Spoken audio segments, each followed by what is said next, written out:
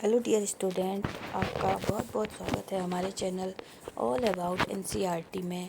आज हम पढ़ेंगे क्लास 7 का थर्ड लेसन हिमालय की बेटी का भाग 2। ठीक है, आधी कहानी हमने पढ़ी थी यहाँ तक कि हिमालय को ससुर और समुद्र को उसका दामाद कहने में कुछ भी झिझक नहीं होती। आज हम इससे आगे पढ़ेंगे।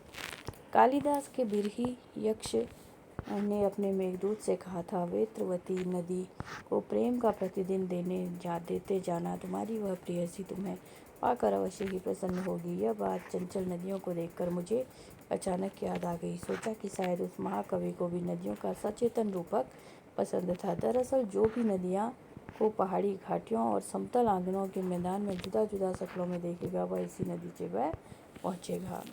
कह रहे हैं कि कालिदास ने भी, लेखक कह रहा है कि कालिदास के विरही यक्ष ने अपने मेघदूत से कहा था कि बेतवा नदी का प्रेम का प्रतिदान देते जाना। वो कहते हैं कि नदी इतनी खूबसूरत है कि उसका प्रतिदान अवश्य देना। वह तुम्हें तुम्हारी प्रेयसी जैसी लगेगी।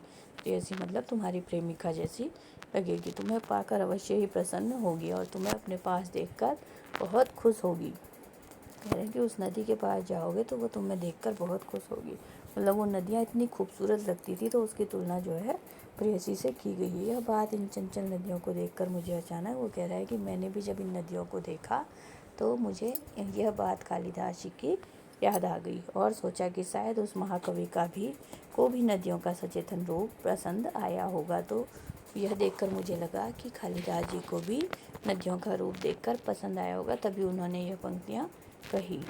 दरअसल जो भी कोई नदियों को पहाड़ी घाटियों और समतल आंगनों के मैदानों में जुदा जुदा शक्ल में देखेगा, वह इसी नतीजे पर पहुँचेगा। ठीक है, चलिए आगे बढ़ते हैं।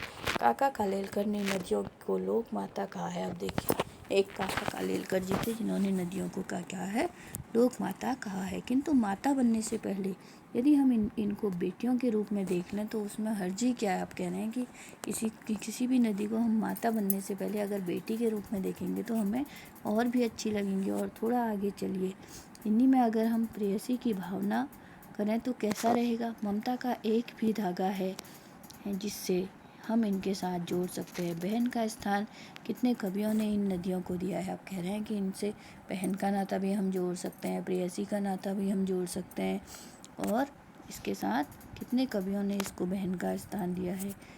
मेरी एक दिन मेरी भी ऐसी भावना हुई थी। तो लिंग की बात है, मन उचट गया था, तबीयत ढीली थी, सतलज के किनारे जाकर बैठ गया। दोपहर का समय था, पैर लटका दिए पानी में। थोड़ी ही देर में उस प्रगतिशील जल ने असर डाला, तन और मन ताज़ा हो गया, तो लगा मैं गुनगुनाने। ठीक, अब कह रहा है कि एक दिन मेरी भी तबीयत जो है ढीली ढाली थी, मन बहुत उचट सा गया था, तो मैं भी नदी के किनारे जाकर बैठ गया और मुझे दोपहर का समय बहुत अच्छा लगा। पैर मैंने पानी में लटका दिए थोड़ी देर, तो मैं पूरी तरह से फ्रेश हो गया, तरोताज़ा सा महसूस करने लगा और बहुत अच्छा महसूस करने लगा। ठीक है, लेखक कह रहा है मुझे भी नदियों को देख के इतना अच्छा लगा जो कि हिमालय की बेटियां थी। तो फिर लेखक ने क्या गुनगुनाया ये आपको अंत में लिख के बताया है। जय हो सतलुज बहन तुम्हारी, लीला अचरज बहन तुम्हारी, हुआ मुदित मन हटा कुमारी, जाऊँ मैं तुम पर बलिहारी।